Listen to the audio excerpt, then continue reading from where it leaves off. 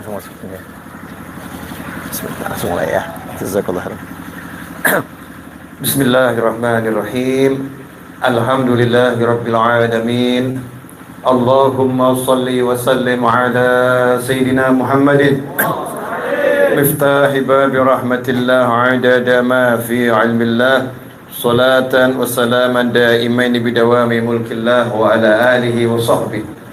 Allahumma shalli ala sayyidina Muhammadin salatan taftahu biha lana futuhal arifin wa tufaqqihuna biha fid din wa ala alihi wa sahbihi. Assalamualaikum warahmatullahi wabarakatuh.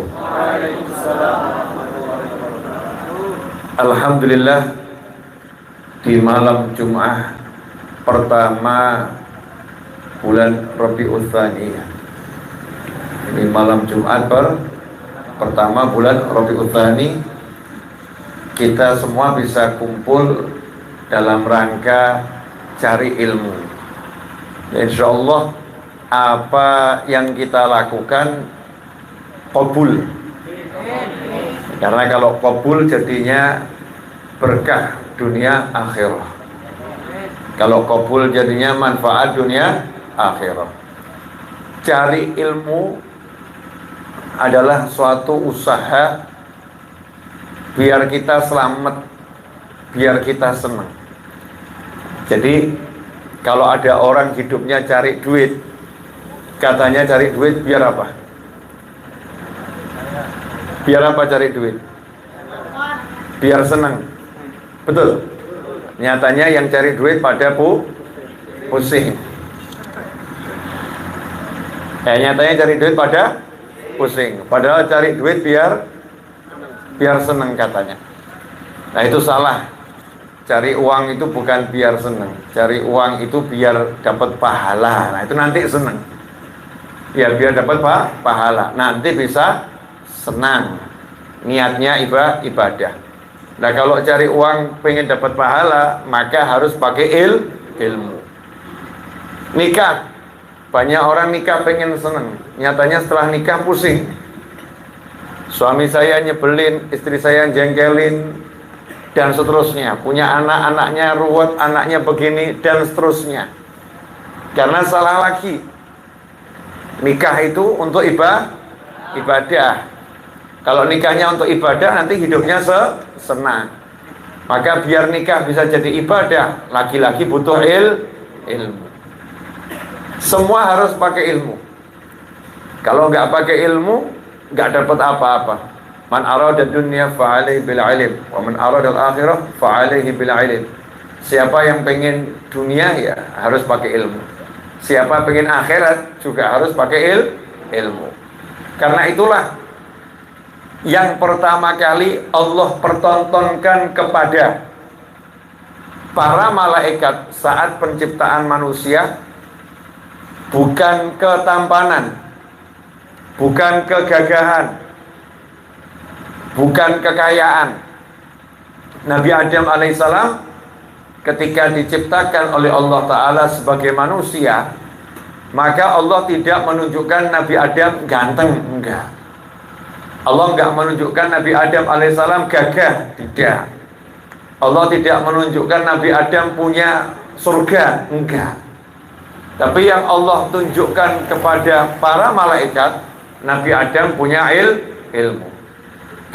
Allah perintahkan malaikat untuk menyebutkan nama benda-benda tertentu yang sudah dipertontonkan Allah kepada para malaikat.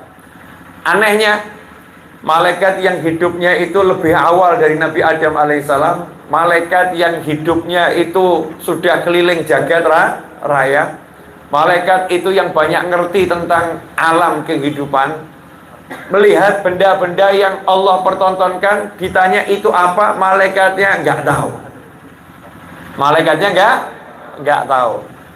Kalau kita sekarang kan ya alhamdulillah ditunjuk ini apa, oh paham. Ini apa, paham. Ini apa, paham. Banyak yang kita paham. Mungkin kalau ditunjukkan buah-buahan, hampir semua tahu ini apa, ini apa, ini apa. Mungkin ada satu buah agak aneh, kita nggak paham. Paling kita foto, tanya sama Google, jadi paham. zaman sekarang ya. Tanya sama Google jadi paham. Tapi ada juga hal yang Google nggak paham. Iya, karena Google tergantung siapa yang input datanya. Nah ini malaikat ilmunya nggak bisa dibandingkan dengan ilmunya Google. Malaikat datanya lengkap. Tapi kenapa malaikat kok nggak tahu ya? Karena setiap ilmu itu ada batasnya. Setiap orang punya batas keilmuan. Saat itulah Allah Ta'ala pamerkan kepada malaikat ciptaannya yang indah, yang Allah ciptakan dalam bentuk yang terbaik, yaitu Nabi Adam alaihissalam, manusia. Kemudian Allah berkata pada Nabi Adam, sebutkan nama benda-benda tersebut. Nabi Adam yang diciptakan ya dan diletakkan di dalam surga, belum keluar keliling kemana-mana, belum keliling langit, belum turun ke bumi juga belum, tapi tahu ini namanya ini namanya ini namanya ini. Wa'allama Adam, Allah mengajarkan kepada Adam alaihissalam, karena Nabi Adam dapat ilmu laduni ya, seperti Nabi Khadir alaihissalam berkata, dikatakan Al-Quran, wa'allamnahum min ladunna ilma, kami ajarkan dari sisi kami ilmu. Maka Nabi Adam juga dikasih ilmu oleh Allah Subhanahu wa ta'ala yang malaikat gak punya. Nah karena Nabi Adam dikasih ilmu, maka Nabi Adam diturunkan di muka bumi untuk jadi khalifah, jadi pemimpin seluruhnya, dibekali dengan ilmu. Karena itulah tidak ada pangkat yang lebih tinggi dari ilmu. Mau sampai di kerajaan langit ya, di kerajaan langit yang dipertontonkan bukan kenikmatan surgawi, tapi yang dipertontonkan kehebatan ilmu Nabi Adam alaihissalam. Makanya orang yang mau sukses, yang mau selamat, yang mau bahagia, yang mau apapun, caranya harus cari ilmu. Nah ini cari ilmu ini sebetulnya pekerjaan yang gak ada habisnya. Minal mahad ilal lahad, dari mulai lahir dibuang sampai nanti masuk liang lahat. Di kuburan itu ulama juga cari ilmu ya, nanti sampai di surga ulama juga cari ilmu. Surga ada namanya Jannatul Mazid, surga Al-Mazid, itu surga yang isi nikmatnya adalah nikmat cari ilmu. Cari ilmu gak ada habisnya. Habib, dalilnya kalau nanti tetap harus ada proses belajar mengajar ilmu di alam langit, saya minta dalil nih. Orang zaman sekarang kan sok dalil gitu ya, sok minta dalil. Kalau disuguhi film nggak pernah minta dalil, ditelan semuanya informasi di film itu. Bener nggak bener, bagus, anjir, kok iso ya, ditelan gitu ya. Nggak minta ada dalil, nggak minta penjelasan. Tapi diajari sama ulama kadang ngeyel, dalilnya mana? Saya akan sebutkan satu saja, nggak usah banyak. Nabi Muhammad SAW ketika Mi'raj ke langit, maka di langit ketemu Nabi Ibrahim alaihissalam. Waktu Rasulullah SAW mau pulang ke Mekah, mau balik ke muka bumi, saat itulah ada proses ta'allum wa ta'lim, ada majelis ilmu di langit antara kanjeng Nabi Muhammad SAW dengan kanjeng Nabi Ibrahim alaihissalam. Nabi Ibrahim dan Nabi Muhammad SAW ketemu, ngobrol ilmu. Di situ Nabi Ibrahim ngasih informasi tentang surga. Informasi tentang surga. Surga itu tanahnya subur. Surga itu tanahnya subur. Dan tanamannya adalah ucapan la haula wala quwata illa billah. Di riwayat yang lain, subhanallah walhamdulillah wala ilaha illallah wallahu akbar. Maka Nabi Ibrahim ngomong ke Nabi Muhammad SAW, sampaikan salamku kepada umatmu dan perintahkan mereka untuk banyak-banyak mengucap la haula wala quwata illa billah. Di riwayat yang lain, subhanallah walhamdulillah wala ilaha illallah wallahu akbar. Nah ini proses belajar dan mengajar terjadinya di mana? Di langit. Jadi cari ilmu itu bukan cuma di dunia, sampai di langit itu juga ada proses cari ilmu. Ternyata obrolannya para nabi adalah obrolannya ilmu di jagat raya ini, orang-orang yang dekat sama Allah yang diobrolkan adalah ilmu. Karena ilmu itu adalah miliknya Allah Subhanahu wa ta'ala. Wal alim, Allah itu maha berilmu. Nah, ini kalau kita mau senang dunia, senang akhirat, syaratnya itu cari ilmu. Makanya nggak ada judulnya kiai pensiun, nggak ada. Ya, nggak ada judulnya ulama pensiun. Ya mungkin kalau dari lembaga organisasi bisa jadi pensiun organisasinya. Tapi kalau dari keilmuannya, keulamaannya nggak ada pensiun. Ketenaran ulama itu bahkan semakin setelah wafat semakin tenar. Ya, setelah wafat semakin tenar, semakin terkenal di alam dunia dan insya Allah di alam akhirat. Cari ilmu. Kalau kita lihat saat ini kita kurang cari ilmu. Ya, orang dulu tuh kalau cari ilmu suka ngapalkan abda'u bismillahi warrahmani wabirrahimi daimil ihsani. Masya Allah, syair-syair itu dihafalkan. Mau itu syair Zubat, mau burda, ya. Kemudian mau syair nazomnya Alfiyah Ibn Malik. Apapun itu, ditelan, dihafalkan. Kenapa? Mau cari ilmu. Sekarang yang dihafalkan anak-anak TikTok. Betul ya? Yang dihafalkan TikTok. Saya nggak bahas boleh, nggak boleh, halal haram, enggak. Semangatnya TikTok itu kalau dipakai untuk semangat cari ilmu, Masya Allah. Insya Allah kita semua jadi orang alim kalau punya semangat yang seperti itu.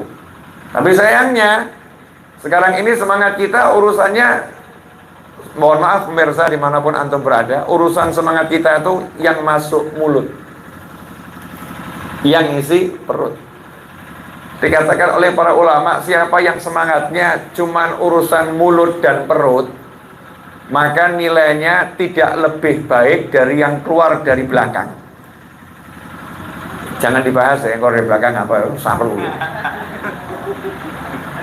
Jadi kalau orang itu yang dipikir kok urut mikir badok dok gitu ya, mikir makan saja itu, nguntal, yang dipikir cuman itu, nilainya itu ya sama dengan yang keluar.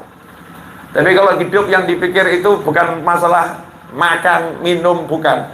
Yang dipikir sholatnya nanti jamaah sama siapa ya. Kalau nggak sholat jamaah, gelo, sedih. Ya, nggak baca sholawat, sedih. Nggak hadir pengajian seminggu gitu, kok kosong sama sekali, nggak ikut pengajian, sedih. Maka nilainya sama dengan yang dia cari. Karena dia itu pikirannya ke ilmu, ibadah, ya nilainya itu. Nilainya dia ilmu dan ibadah. Nggak ada judulnya orang cari ilmu susah, nggak ada. Saya ini jadi seperti ini sampai hari ini, alhamdulillah, mudah-mudahan bisa lebih baik terus, amin. Ma'alutuful afiyah, salam taufiq wal hidayah wal inayah, wassahalah wal jamalah. Bukan karena saya sibuk cari duit, bukan sibuk bangun bisnis, meskipun saya yang bangun bisnis. Nah, yang belum belanja di Tokopedia ataupun Shopee saya punya toko di sana namanya Gria Habib. Namanya Gria Habib. Daripada buat toko di dunia nyata kontraknya mahal, ya buat toko di dunia maya, stok unlimited, kan begitu ya. Gudangnya ya unlimited, mau tinggal masukkan angka. Ya tinggal masukkan angka. Kerja saya, usaha.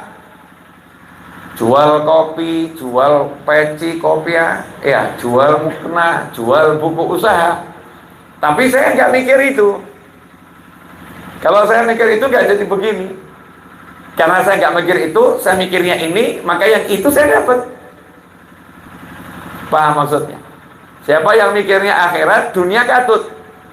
Kalau kata almarhum teman saya itu, sego liwet lawuh rambak. Ya. Dunia kecekel, akhirat kecanda. Jadi dunianya dapat, akhiratnya dapat. Gak ada judulnya, cek, coba dicek. Semua orang yang betul-betul cari ilmu, dunianya gak bakal ruwet. Saya gak ngomong sugih ya. Jadi orang sugih itu kan gak enak tuh. Jadi orang kaya gak enak. Saya dilarang sama guru saya minta jadi orang kaya. Serius. Jangan pernah minta jadi orang kaya. Waktu saya nyantri dibegitukan. Wah, itu satu masjid ya, santri-santri ya rotok kaget. Waduh, kok gak boleh minta jadi orang kaya gitu. Tapi ada lanjutannya. Saya doakan kalian semua jadi orang yang kalau punya hajat keturutan. Wah, itu enak itu. Orang kaya belum tentu hajatnya keturutan, betul.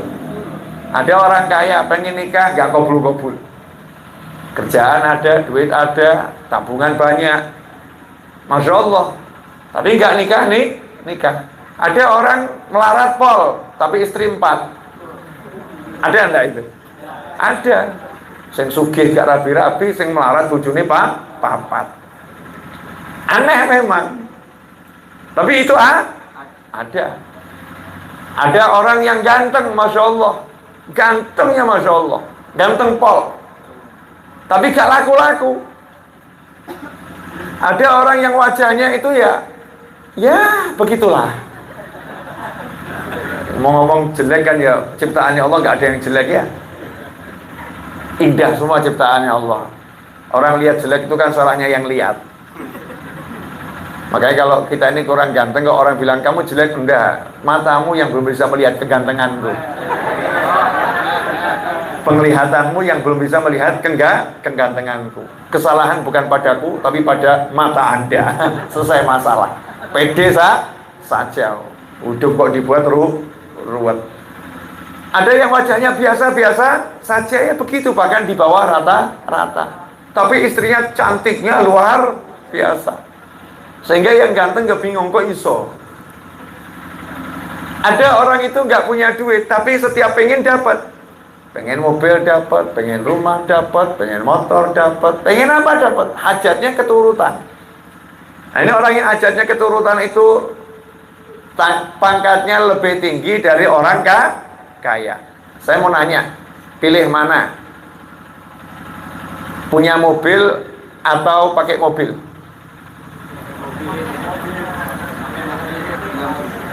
Ya, kalau punya mobil kan, punya mobil 20, pajaknya berapa itu? Repot mikirnya, servisnya, betul ya? Ngerawatnya.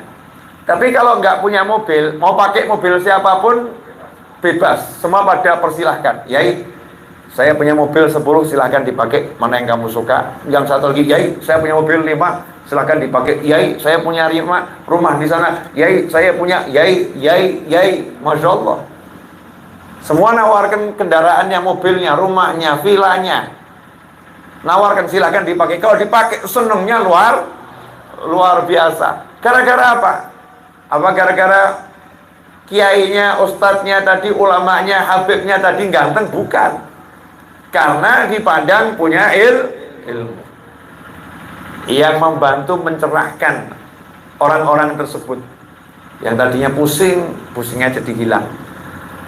Yang tadinya bingungnya jadi hilang. Maka dia rela membantu dengan apapun, karena dia sudah dibantu. Dengan apa itu? Al-ilm, dengan ilmu. Nah, tapi karena ilmu ini barang mahal, nilainya luar biasa, maka ya al-ilm dicari. Mau duit saja dicari, masa ilmu nggak dicari? Allah Ta'ala gambarkan dalam Al-Quran proses cari ilmu. Itu dalam kisah Nabi Musa alaihissalam. Makanya umat Islam sepekan sekali tiap malam Jumat dan hari Jumat disunnahkan baca surat Al-Kahfi. Baca surat Al-Kahfi. Karena dalam surat Al-Kahfi itu isinya, Masya Allah, ada kisah Nabi Musa alaihissalam yang perjalanannya luar biasa. Nah, Nabi Musa kalau kita lihat, waktu dikejar-kejar dari kerajaan Fir'aun, lari, dikejar-kejar karena dituduh sebagai pembunuh. Padahal Nabi Musa nggak pernah membunuh. Hanya saja pernah terjadi suatu peristiwa, Nabi Musa melerai orang berkelahi. Pas dilerai, pas ditamper pelan gitu ya, pas tangannya Nabi Musa nempel di pipinya orang tersebut, pas malaikat Israel nyabut nyawa. pas kabeh. Ada kan orang tabrakan gitu ya, yang ditabrak itu ya nggak kenapa-kenapa, jatuh yang nggak terluka, divisum yang nggak ada apa-apa, tapi pas ajalnya datang. Ya naudzubillah min dzalik, itu ujian yang luar biasa. Nasallahu afiyah. Pas ajalnya datang. Akhirnya Nabi Musa dikejar-kejar sama Fir'aun dan bala tentaranya saat itu. Lari, menyelamatkan diri. Karena menjaga nyawa itu hukumnya wajib. Akhirnya apa? Nabi Musa ditawari untuk nikah dengan anaknya Nabi Syu'aib alaihissalam. Bayarannya itu membantu Nabi Syu'aib 8-10 tahun. Ternyata 8-10 tahun itu bukan sekedar jadi menantu, tapi dijadikan murid, diajari. Harus tinggal 8-10 tahun. Makanya orang ke mondok di pesantren 4 tahun itu termasuk cepatnya luar biasa. 5 tahun itu cepatnya luar biasa. Nabi Musa nyantri 8-10 tahun. Setelah itu sudah jadi Nabi dan Rasul. Nabi Musa alaihissalam jadi Nabi dan Rasul. Apa yang dilakukan ketika mendengar ada seorang yang lebih alim, lebih berilmu dari Nabi Musa alaihissalam, yaitu Nabi Khidir atau Khidir alaihissalam. Dikasih tahu sama Allah, ada yang lebih alim dari kamu, namanya Khidir atau Khidir. Nabi Musa tidak didatangi Nabi Khidir, tapi Nabi Musa mencari di mana Nabi Khidir tinggal alaihissalam. Hasilnya dikasih alamat sama Allah Ta'ala. Alamatnya di mana? Alamatnya itu di tempat pertemuan dua laut. Di tempat pertemuan dua laut itu nanti kamu akan ketemu Khidir alaihissalam. Nanya, di mana tempat pertemuan dua laut? Nah, coba googling pertemuan dua laut. Dulu belum ada GPS, belum ada Google. Cari. Alamatnya jelas, tapi kan nyarinya nggak mudah. Allah kasih petunjuk bahwa ikan goreng, nanti kalau ikan gorengnya itu kena airnya hidup lagi, ya di situ tuh tempat pertemuan dua laut. Pertanyaan saya, ini kalau miturut akal, pakai akal, masuk akal deh. Masuk ikan goreng kena banyu segoro urip meneh gitu kan ya? Ketemu nih kapan ini ya? Ketemunya kan? Kapan masak harus dicoba satu-satu. Dicoba satu-satu, yo air laut coba ya, urip perang gitu. Masa setiap jalan nyoba satu persatu, orang punya kapan? Tapi subhanallah, Nabi Musa alaihissalam punya semangat yang luar biasa. Ngomong sama muridnya yang menemani, di situ menjadi petunjuk orang kalau melakukan perjalanan jangan jalan sendiri, cari teman. Nabi Musa aja cari teman. Ya, Nabi Musa aja cari teman. Kok kita sok pemberani, sok kuat, sok gitu ya. Nabi Musa cari teman. Nabi Muhammad SAW pun ditemani malaikat Jibril alaihissalam, cari teman. Maka ditemani muridnya. Sampai satu waktu pas lapar, Nabi Musa ngomong sama muridnya, "Atina ghoda'ana laqad laqina fi safarina hadza nasaba." Hei muridku, mana makan siangnya? Ini jalannya udah capek. Ya, melelahkan betul perjalanan ini. Makan siangnya bawa sini. Maka saat itulah muridnya ngomong, wah, tadi ikannya loncat, kena air loncat. Lah, ya itu di mana? Itu yang kita cari. Itu alamatnya di situ Nabi Khidir. Akhirnya disusuri balik nyusuri tepi laut itu, ketemu Nabi Khidir alaihissalam. Setelah ketemu, apakah Nabi Musa terus pamer? Aku Musa, Rasulnya Allah, pangkatku lebih tinggi dari kamu. Sekarang kamu ikut saya, ajarin saya. Apa begitu? Enggak. Ilmu itu mahal. Maka Nabi Musa merendahkan diri serendah-rendahnya di hadapan Nabi Khidir alaihissalam dengan mengatakan, hal attabi'uka, boleh enggak saya ikut kamu? Tak ikut terus, ngikutin kamu terus kemanapun. Ya, ngenger kalau kata orang Jawa, ngenger, ngikut terus kemanapun engkau berada, sambil saya bantu-bantu. Nanti kalau ada waktu ya tolong saya diajari. Itu syaratnya murid jangan maksa guru. Kalau gurunya slow diajari monggo, kalau gurunya belum ngajari ya nunggu. Nah itu adabnya berguru ya begitu, nunggu sampai gurunya ngucap ilmu. Jadi standby terus, ikut terus. Nanti tiba-tiba gurunya akan ngomong begini loh, dicatat. Orang dulu seperti itu. Makanya nggak ada orang berguru kok seminggu, 2 minggu. Ya 10 tahun, 20 tahun. Ya, itu tinggal sama gurunya. Apa kata Nabi Khidir alaihissalam? Kamu nggak bakal sabar sama saya. Masya Allah, Nabi dibegitukan. Kamu nggak bakal sabar sama saya. Karena gurunya ngerti nih, muridnya tingkatannya seberapa kesabarannya. Kamu nggak mungkin sabar sama saya. Tapi Nabi Musa nggak nyerah. Pokoknya saya tak ikut aja. Oke, boleh ikut, syaratnya nggak boleh nanya apapun yang saya lakukan. Kalau nanya, batal perjanjian. Singkat cerita, terjadilah yang terjadi. Yang pengen saya garis bawahi, Nabi Musa alaihissalam cari ilmu. Nggak langsung diajari, tapi ilmu harus dicari. Begitulah memang sunatullah. Orang itu kalau mau dapat duit ya cari. Ke pasar, ke sawah, ke laut, ke kantor, kan dia cari. Masa ilmu yang untuk menyelamatkan dunia akhirat kalau nggak dicari? Bahkan sekarang dikasih kemudahan. Itu pondok-pondok pesantren, majelis-majelis ilmu sudah ada live streaming. Tinggal nyatet jadwalnya saja. Ya, Majelis Ar-Raudhah Jumat malam Sabtu, Majelis Al-Bahjah hari apa, Majelis ini hari apa, Majelis Rasulullah Kuningan hari apa. Sudah ada jadwal live streamingnya. Kalau nggak sanggup nyari offline, cari online. Tapi yang utuh, jangan yang potongan-potongannya. Kadang potongan nggak jelas. Kalau potongan jelas nggak apa-apa. Kadang potongan nggak jelas, akhirnya ilmunya nggak pas. Ya, ilmunya nggak pas. Cari ilmu. Nah, dengan cari ilmu itu yang didapat apa? Karena cari barang mahal. Karena dicari ini sangat mulia, maka langsung dapat benefit yang banyak. Dapat keuntungan yang sangat banyak. Yang pertama adalah orang cari ilmu itu setiap langkahnya ngangkat derajat, menghapuskan dosa, dan nambah kebaikan. Satu langkah, saya dari Solo ke sini 250 sekian kilo. Itu kalau dihitung pakai langkah kaki berapa langkahnya? Kalau naik mobil ya berapa putaran roda? Nah itu pangkat saya malam ini nambahnya segitu. Pasti itu nambah pangkat. Dosa saya rontoknya segitu. Kebaikan saya nambahnya segitu. Belum nanti jalan pulang, lanjut Surabaya, nambah lagi. Hitungannya dari sini ke Surabaya berapa kilo itu? Totalnya sekitar 500 kilo. Nah, itu nambah terus, pahalanya nambah, pangkatnya nambah, dosanya dihapus sebanyak itu. Itu baru dari langkahnya. Belum lagi Allah tugaskan semua yang hidup di air.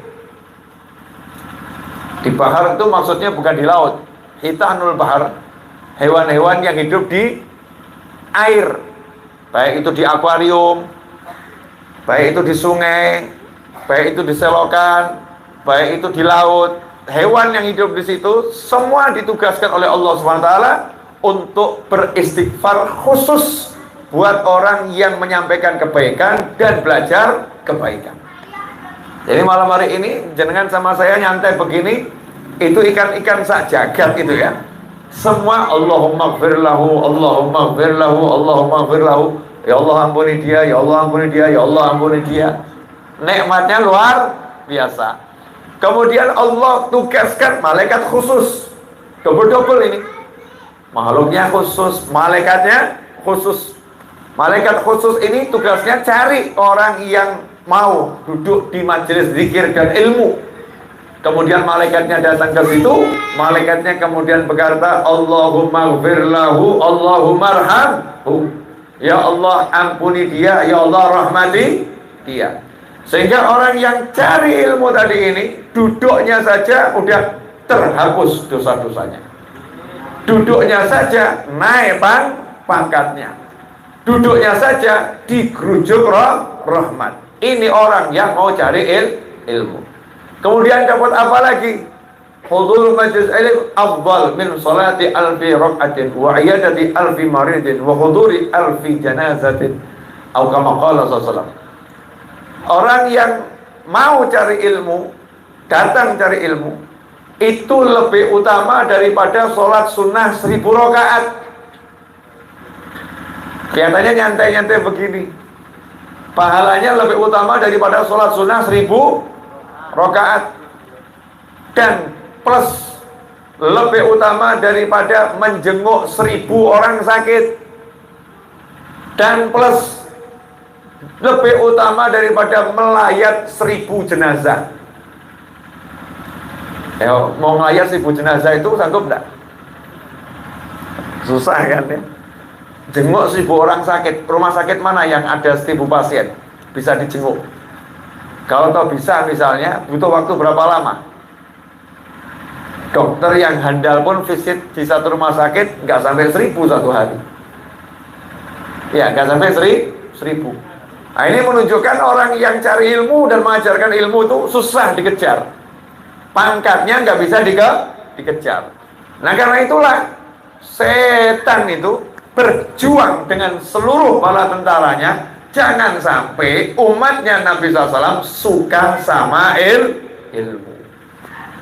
Ada yang diajari biar suka ngaji tok, ngaji terus, bagus, tapi termasuk ditipu setan. Kenapa? Setan daripada kamu cari ilmu, lebih baik kamu baca Al-Quran. Daripada cari ilmu, lebih baik baca Al-Quran. Daripada cari ilmu, lebih baik baca Al-Quran. Dipikir sama dia, betul ya, baca Al-Quran paling hebat. Daripada cari ilmu, duduk begini, kan lebih baik baca Al-Quran. Ini tertipu sama setan. Dia bagus, tapi tertipu. Sehingga pahalanya ya cuma pahala baca Al-Quran. Sementara orang yang cari ilmu, pahala baca Al-Quran dapat, pahala sholat dapat, pahala macam-macam dapat, semuanya dapat. Gara-gara cari ilmu. Nah, ikhwani rahimakumullah. Ini yang mari kita sekarang jadi apa ya? Yuk kembali berpikir, belajar. Nah, belajar tuh jangan yang aneh-aneh. Belajar ketemu jin kan aneh. Lawang ketemu manusia udah pusing kok pengen ketemu jin. Akhirnya jadinya al-stresu. Terakhir edanu. Na'udzubillah min dzalik. Oh, pengen kok ketemu jin. Oh, ketemu manusia aja sudah pusing. Ada manusia begini, ada manusia begitu. Belajarlah yang pokok-pokok. Cara sholat. Sampai hari ini nggak ada Habib, Ustadz, Kiai yang mengaku khatam belajar sholat. Nggak ada. Buktinya setiap selesai mesti diulangi. Setiap selesai mesti diulangi. Betul ya? Selesai belajar sholat, rukun sholat kan yang nggak nambah, yaitu itu saja. Sunnah sholat, yaitu itu saja. Yang membatalkan sholat, yaitu itu saja. Diulangi terus, nggak pernah khatam belajar sholat. Nah, ini justru ilmu yang paling pokok, ilmu sholat. Sekarang ini saya kalau masuk masjid, masuk musola, kalau mata saya lihat betul orang yang sholat pakai mata ilmu, banyak orang yang sholatnya itu tidak sah, batal sholatnya, tidak sah. Contoh, syarat sahnya sholat itu aurat harus tertutup. Jadi kalau auratnya terbuka, sholatnya sah atau batal? Misalnya kalau perempuan sholat, rambutnya kelihatan, rambut kepalanya kelihatan, sholatnya sah atau batal? Batal. Berapa banyak itu ibu-ibu dan mbak-mbak yang nggak perhatian, ketika sholat ternyata rambutnya sini masih ada yang keluar, sehingga sholatnya tidak sah. Yang namanya pusar, bahasa Jawanya udel. Iya, apalagi? Selain udel apa itu? Pusar lainnya itu. Ujal. Pujal. Wah, bahasa mana itu?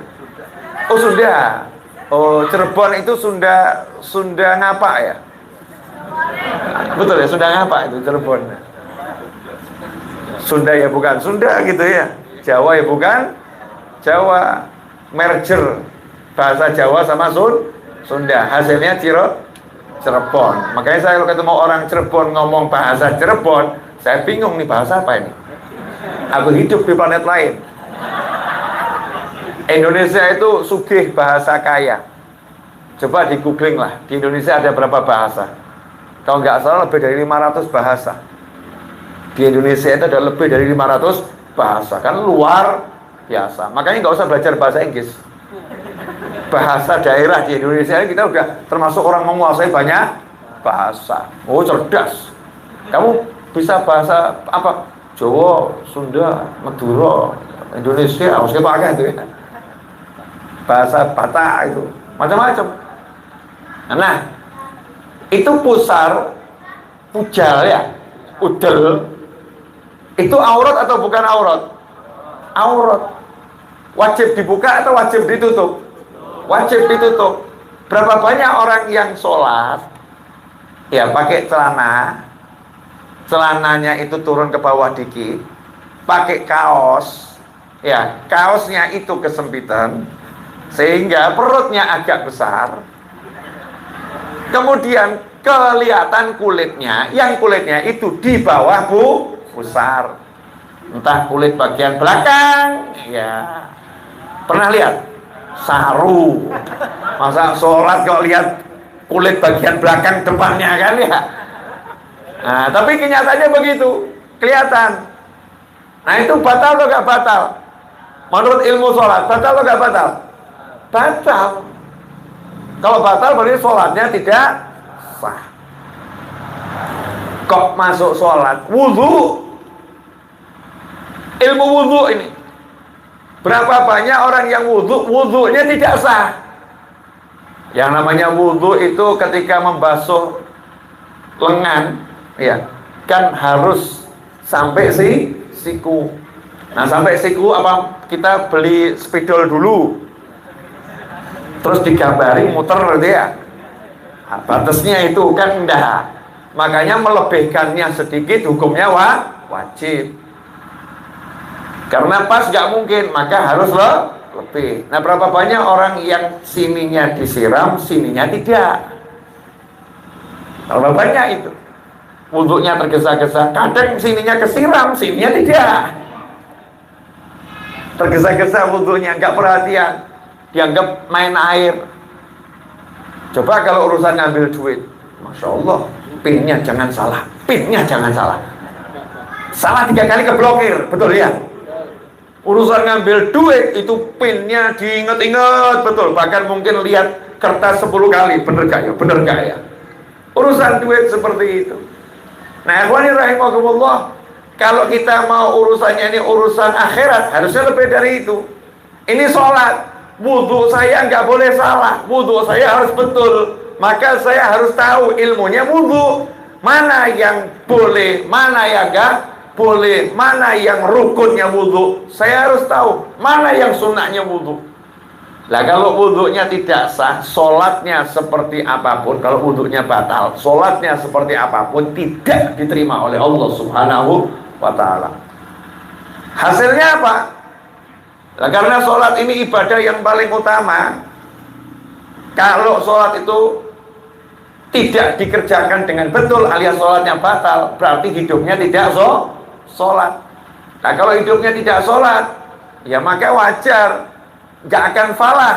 Hayya 'alas shalah, hayya 'alas shalah. Lanjutannya apa? Hayya 'alal falah, hayya 'alal falah. Ayo ambil kesuksesan, ayo ambil kesuksesan. Maka sekarang kalau hidup kita nggak sukses, hidup kita ruwet, hidup kita banyak masalah, hidup kita banyak kebimbangan, hidup kita banyak ketakutan, hidup kita banyak keraguan, cek saja sholat kita betul atau tidak.